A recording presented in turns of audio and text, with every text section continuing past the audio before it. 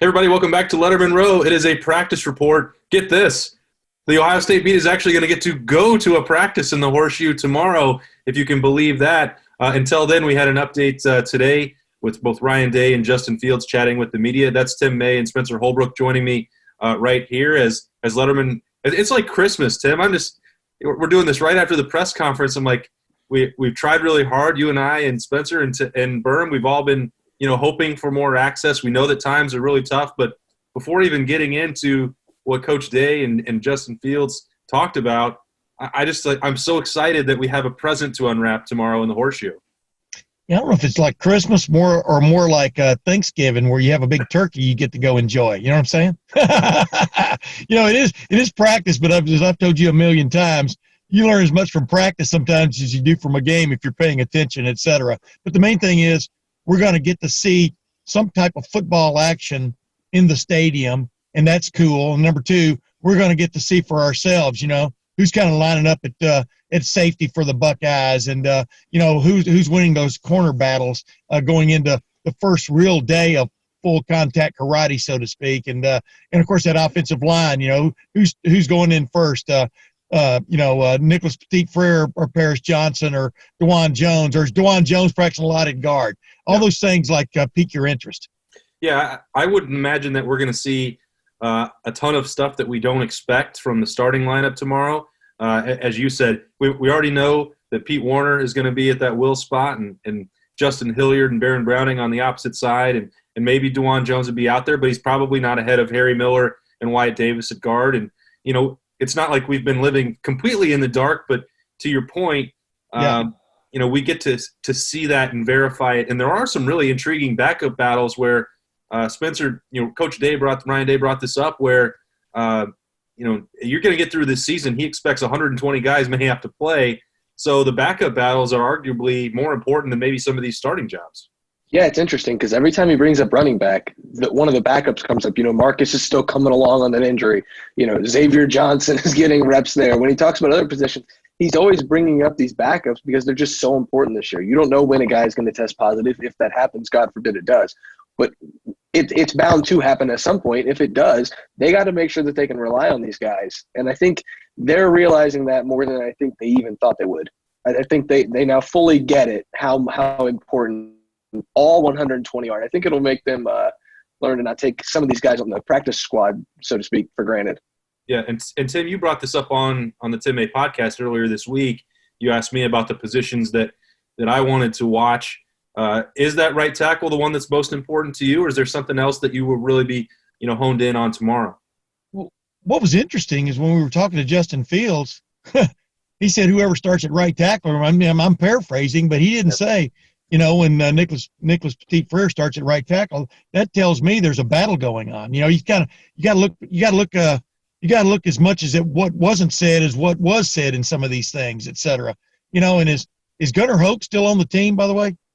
Yes, sir. I mean, when Justin was talking about the quarterbacks, he was talking about him meeting with Ryan Day occasionally. When Corey Dennis is meeting with the two freshmen, and you're kind of going, well, where's Gunnar Hoke? I think Gunnar Hoke, probably on paper right now at least, is still the backup quarterback. So there are all these interesting little things you want to see for yourself, so to speak.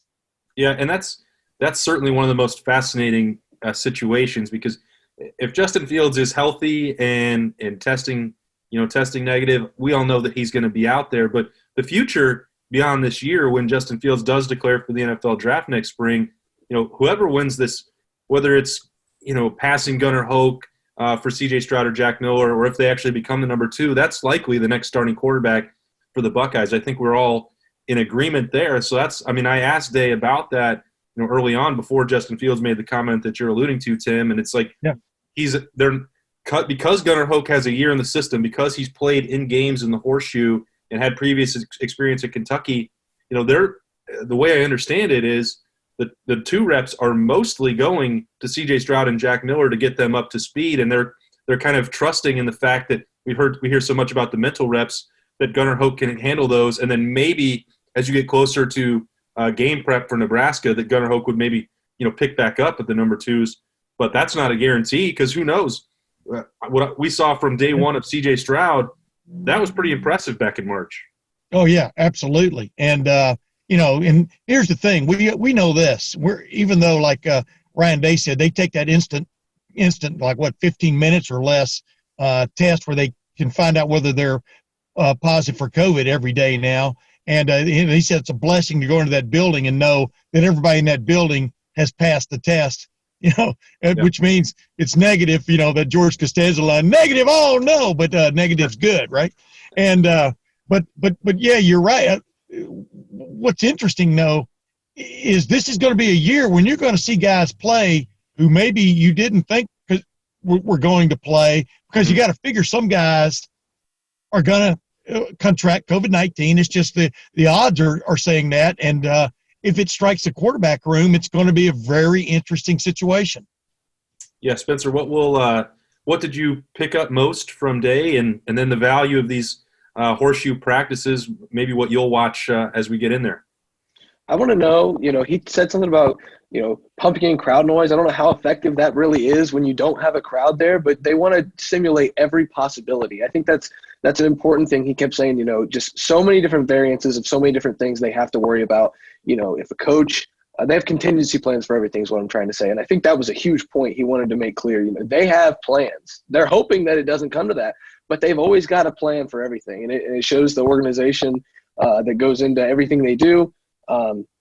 It's just interesting. Like Tim said, if it happens to the quarterback room, if it happens to any room, what the contingency plan is, because for a coach, you could say, okay, the defensive line coach is now the defensive coordinator, or the defensive backs coach is now the defensive coordinator. For players, if a room gets it, a defensive tackle might have to become a defensive end, or, that it changes everything. So I think the contingency plans are something that I find interesting, but going into this practice, I kind of do want to know what they're going to do for all this noise.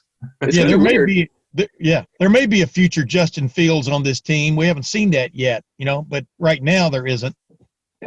Yeah. And that's a huge ask, especially with what we're talking about. I mean, when Day and Fields talk, obviously the attention is going to go directly to the quarterback. I mean, we're talking about a quarterback guru and a Heisman Trophy front runner, one of the best quarterbacks in school history after just 1 year.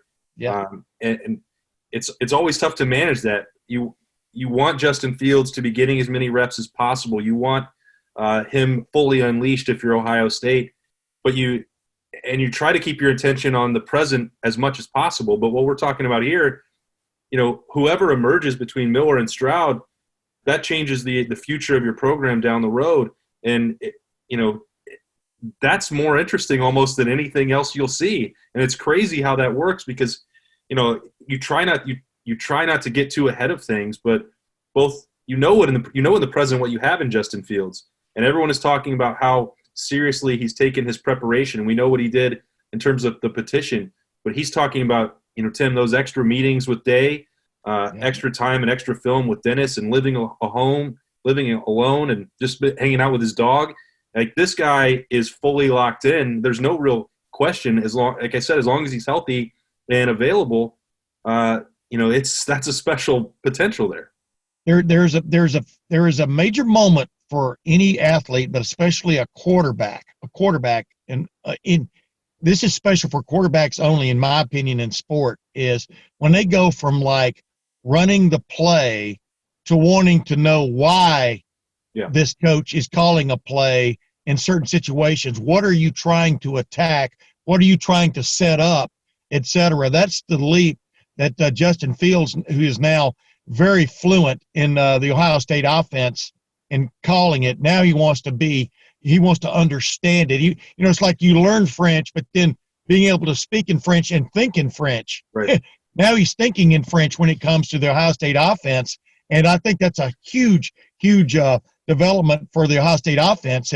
But what you want everybody else at least speaking in French, like on the rest of the team. Like if you're trying to attack this area over here with a pass play or something, and the defense jumps it, you want to make sure that the receiver running a backside route or something is continuing to run his route and not just kind of give up on the play because it's not his play. And I think he is, from what I am picking up on, he is into that aspect of it, of not just urging the guy that's involved in the play to be involved, but they urge this guy to be involved because you know what? You might be.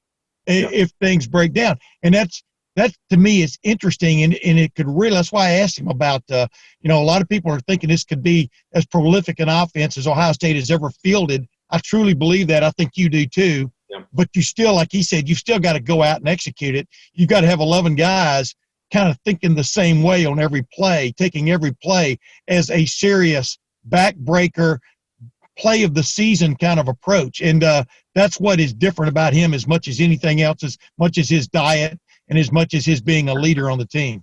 Yeah, we've covered that diet. That seemed to be a very popular topic today. Wait a minute. I think I smell steak cooking. Go ahead. Well, Justin Fields, he told you, Tim, he's not interested in that anymore. The smell won't bother him. He's just cooking up those tofu burritos, as we know now, and a plant-based protein shake. We got the full rundown on all those meals. Hey, we're going to actually have some football to talk about tomorrow. The Lettermen Row crew will be out there as much as we're allowed to be, and as much coverage as we can provide. We will continue to do that. We'll be back with more Byers Auto practice reports as we get a look live and up close, or maybe not up close, live and socially distanced with the Buckeyes in the Horseshoe on Saturday. Tim, May, Spencer Holbrook, I'm Austin Ward. This has been the Practice Report brought to you by Byers Auto at Lettermen Row.